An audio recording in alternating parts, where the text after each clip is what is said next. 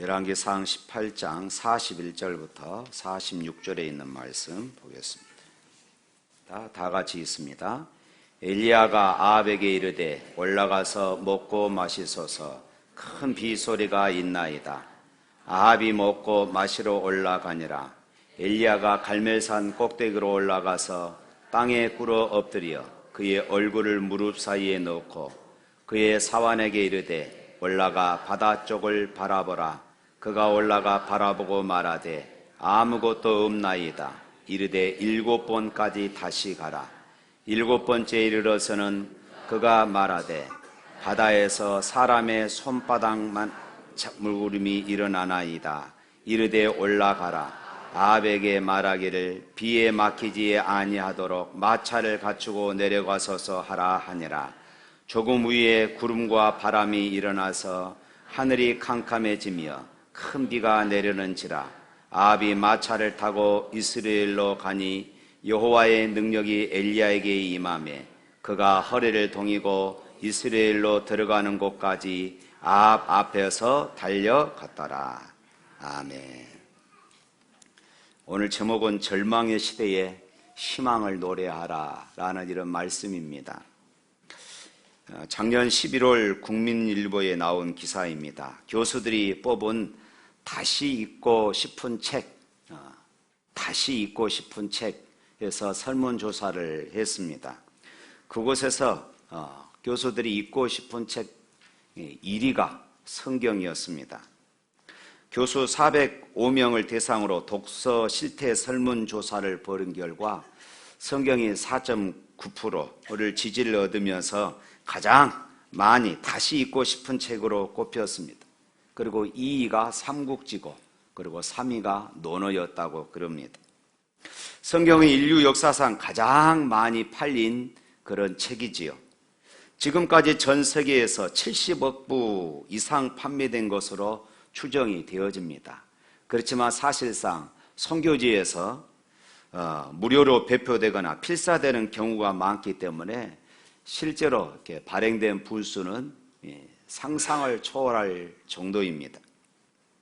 여러분들에게 다시 읽고 싶은 책을 뽑으라고 한다면은 여러분들은 뭐라고 생각을 하십니까? 시편 기자는 시편 119편 103절에 이렇게 말씀했습니다. 한번 읽어볼까요? 주의 말씀에 마치 내게 어찌 그리 단지요 내 입에 꿀보다 더 다니이다. 또 105절에서는 이렇게 말했습니다. 주의 말씀은 내 발의 등이요 내 길의 빛이니이다.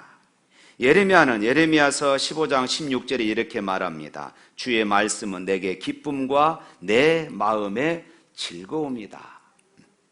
말씀을 가까이 한 사람만이 고백할 수 있는 그런 내용이지요. 말씀의 맛을 경험한 사람만이 고백할 수 있는 그런 내용입니다. 이 한 주간도 말씀을 가까이 해서 승리하는 삶이 될 수 있기를 주님의 이름으로 축복합니다. 오늘 본문은 엘리야는 3년 6개월 동안 비가 오지 않았던 그런 이스라엘 땅에 메마른 하늘에 떠오르는 손바닥만한 구름 한 점을 보고 그는 하나님의 역사를 노래하고 하나님의 능력을 찬양했던 그런 내용입니다. 이 시간 우리 모두가 이 시대의 엘리야가 되어서 어둠 속에서 빛을 노래하고 그리고 슬픔 속에서 기쁨을 노래할 수 있기를 간절히 바랍니다. 암울한 역사 속에서 하나님의 역사를 일으킨 가장 위대한 선지자가 있다고 한다면 그것은 바로 엘리야가 아닌가 생각이 되어집니다. 항상 하나님께서 많은 선지자들을 보내셨습니다. 그런데 선지자들을 보낼 때에 능력 있는 선지자, 때로는 하나님의 역사를 더 많이 일으키는 선지자, 때로는 어떤 시대에는 선지자 한 사람만 보내지 않고 여러 선지자들을 보냅니다. 여기에는 두 가지 이유가 있었습니다. 하나는 그 시대가 그만큼 암울하고 참담했다 하는 그런 의미이기도 하고, 또 하나는 하나님께서 그런 시대임에도 불구하고 자기 백성을 사랑해서 어떻게 하면 자기 백성을 하나님께로 돌이키겠는가. 하나님의 사랑이 바로 거기에 감추어져 있었던 것입니다. 다시 말해서 언제나 당신의 자녀들을 사랑하시는 하나님의 비상조치, 이것 때문에 하나님은 선지자들 보내서 때로는 많은 능력들을 행하게 하셨더라, 이 말씀입니다. 오늘 본문 말씀은 갈멜산에서 불이 떨어졌던 멋진 승리의 이후의 사건을 우리에게 보여주고 있습니다. 갈멜산에서 바알과 아세라를 섬기는 거짓 선지자들, 우상을 섬기는 거짓 선지자들 850명과 엘리야 한 사람의 대결에서 하나님의 능력으로 당당하게 승리하는 그런 사건을 우리는 기억하고 있습니다. 그 이후에, 승리 이후에 엘리야는 무엇을 했을까요? 우리가 상상을 해보면은 그 승리 이후에 그 자리에서 많은 이방 선지자들이 이제 죽임을 당하게 되었습니다. 아마 이 정도 됐으면은 이제 승리에 도취되어져서 많은 사람들이, 하나님을 지지했던 사람들이 모여서 서로 승리를 감축하고 하나님을 찬양할 법한 그런 시간을 마련했겠지요. 그러나 오늘 본문 42절 말씀에 보면은 전혀 그렇지 않다는 것을 볼 수가 있어요. 42절 말씀 한번 읽어볼까요? 아합이 먹고 마시러 올라가니라. 엘리야가 갈멜산 꼭대기로 올라가서 땅에 꿇어 엎드려 그의 얼굴을 무릎 사이에 넣고, 엘리야는 또다시 하나님 앞에 엎드려 기도하는 시간을 가졌다, 그 말입니다. 850명과의 대결에서 승리하고 그 승리에 감축하며 그 승리에 도취된 것이 아니라 하나님 앞에 엎드려 또 기도하고 있다는 것이에요. 그런 승리에 오만하지 않고 승리에 도취되지도 않았습니다. 하나님의 새로운 역사를 기다리며 하나님 앞에 또다시 엎드리는 엘리야의 모습을 우리가 보게 되어집니다. 피를 거두어 가신 하나님, 이제 당신의 불쌍한 백성들을 위해서 피를 내려주셔야 되지 않겠습니까?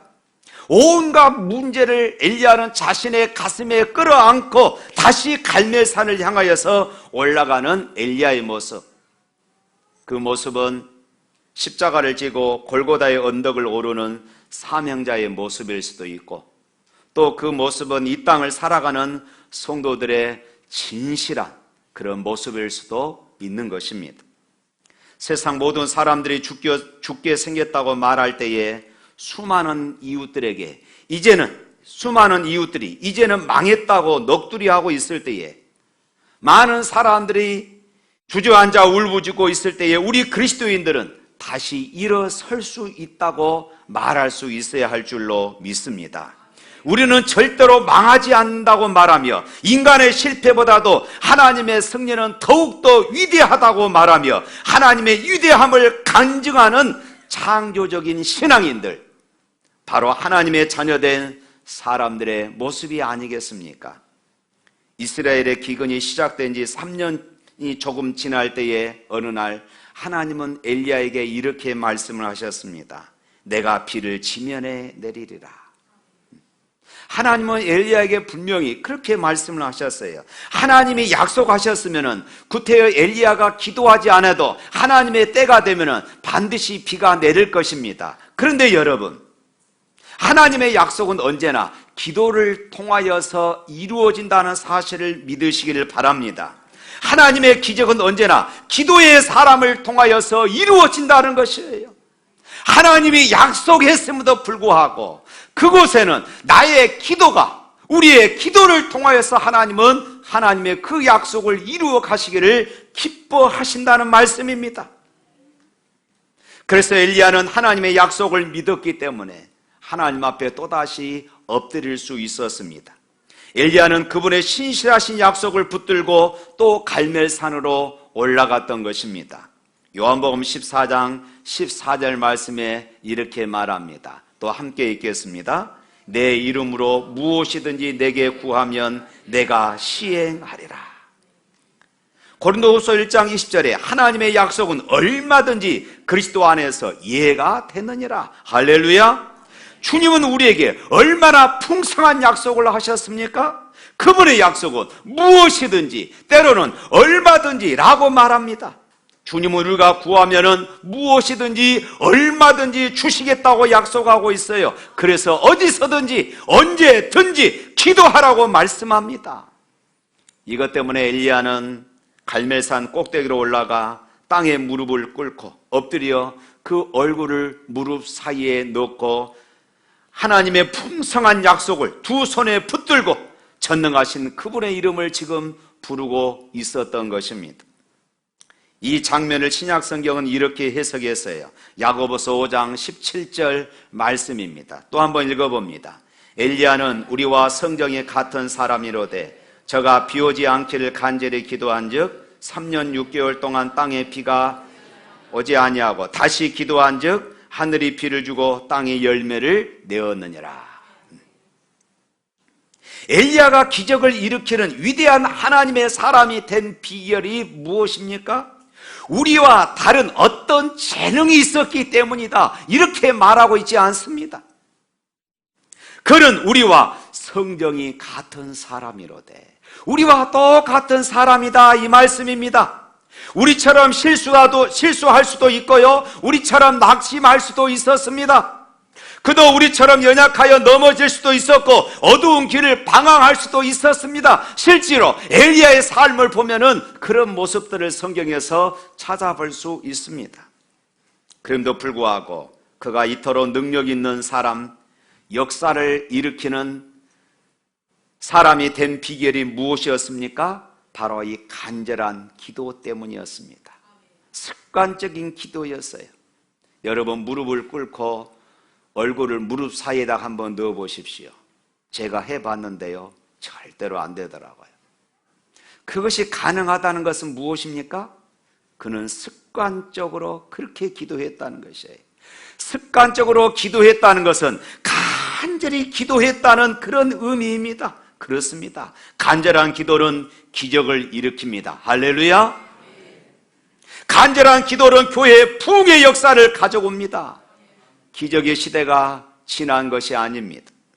기적을 믿을 만한 믿음의 시대가 사라져간 것뿐입니다.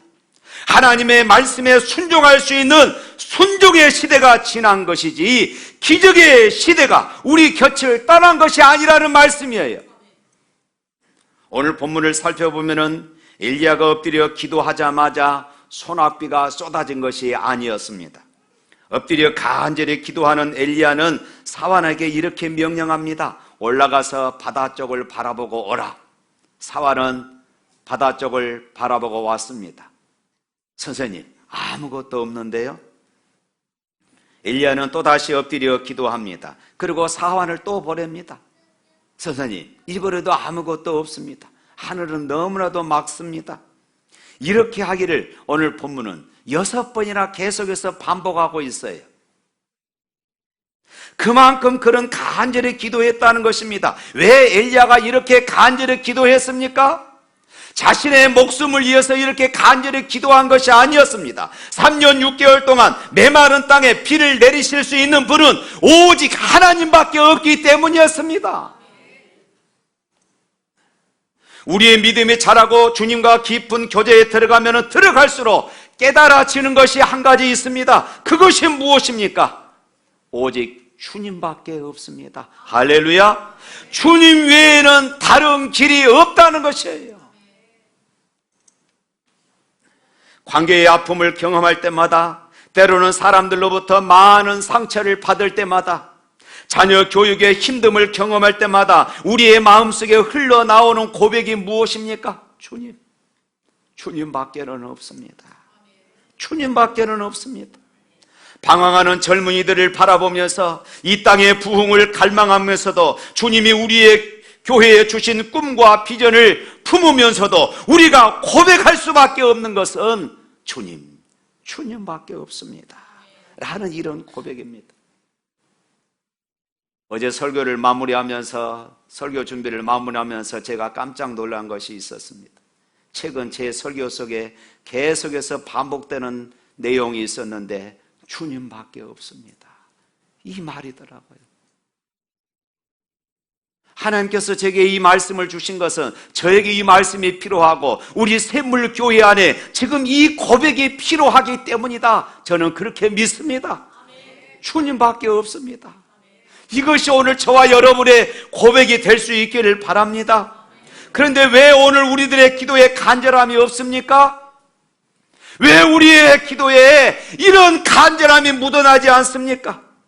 주님 외에 더 많은 대안을 가지고 있기 때문은 아닙니까?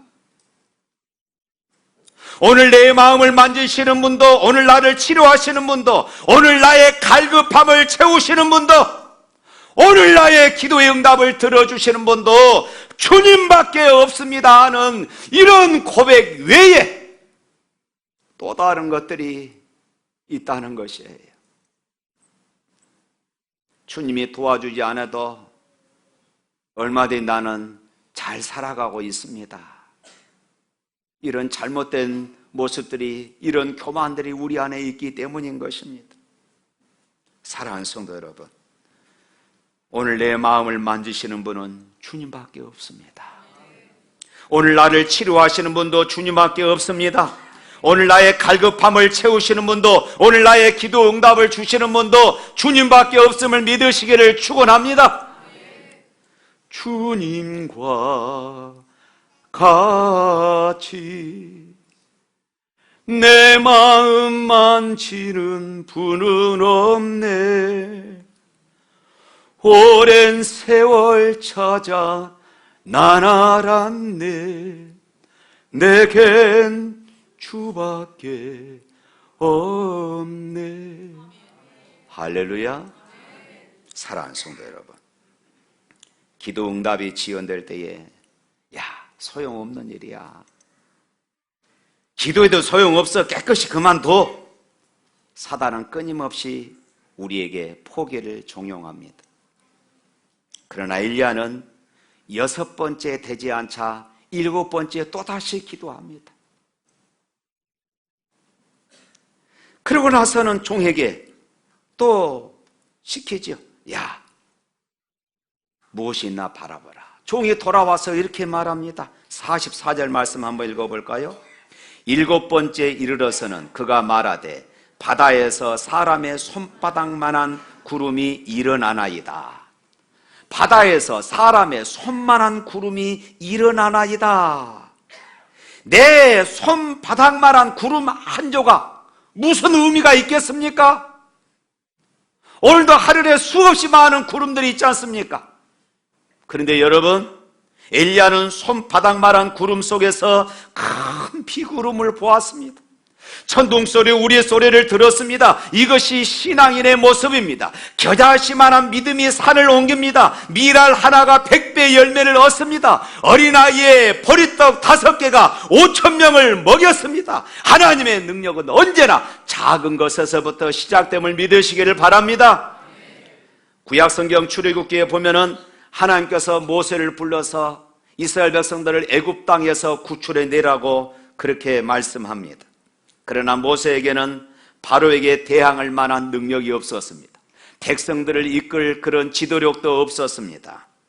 저들을 설득할 만한 운병술도 없었습니다. 때문에 그는 머뭇거리고 있었습니다. 그를 향하여서 하나님께서 말씀하십니다. 내 손에 든 것이 무엇이냐? 나무 지팡이 뿐입니다. 그 지팡이를 이용해서 하나님의 능력을 드러내라. 홍해를 가를 것이다. 반석을 치면은 그곳에서 샘물이 솟아나게 되어질 것이다. 그 지팡이를 통하여서 너의 백성을 인도하게 되어질 것이다. 할렐루야. 이 지팡이 하나 아무 쓸모없는 나무떼기 하나였습니다. 그것을 집어 던졌습니다. 그런데 그것이 뱀이 되었습니다. 다시 그것을 집었습니다. 이 지팡이를 붙들고 전능하신 하나님을 의지하여 기도할 때에 이 지팡이를 통하여 홍해가 갈라지는 역사가 일어났습니다.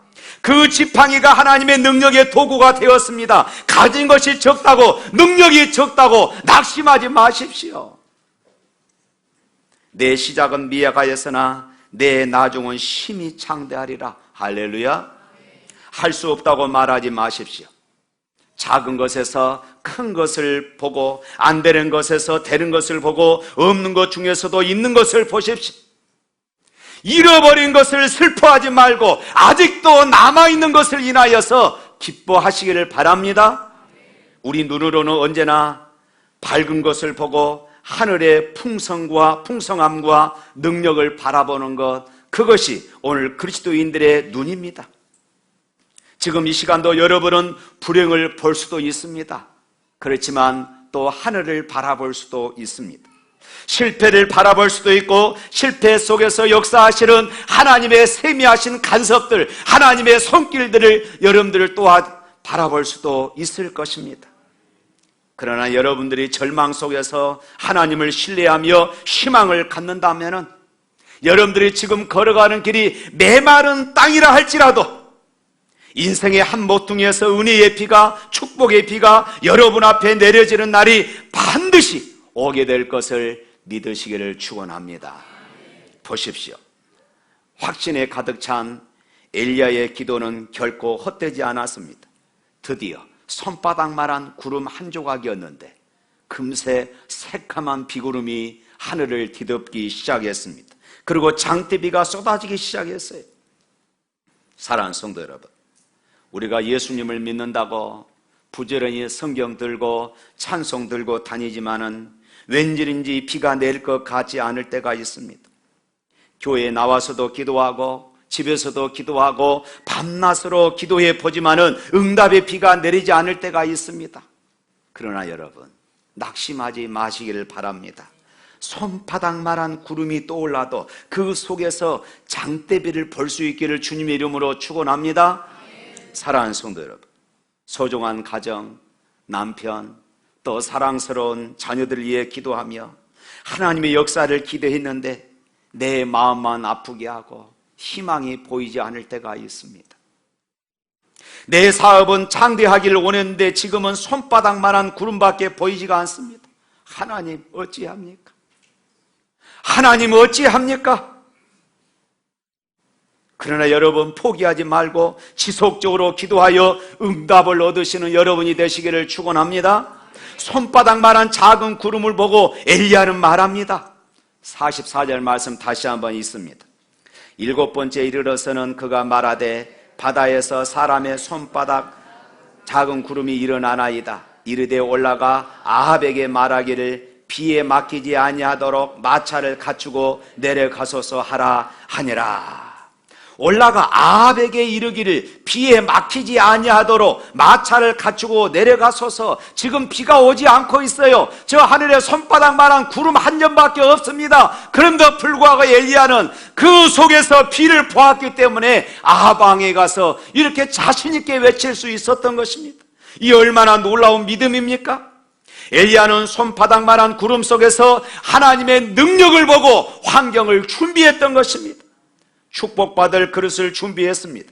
손바닥만한 구름을 보고서도 마치 모든 기도의 응답이 이루어진 것을 그런 확신했던 것이에요.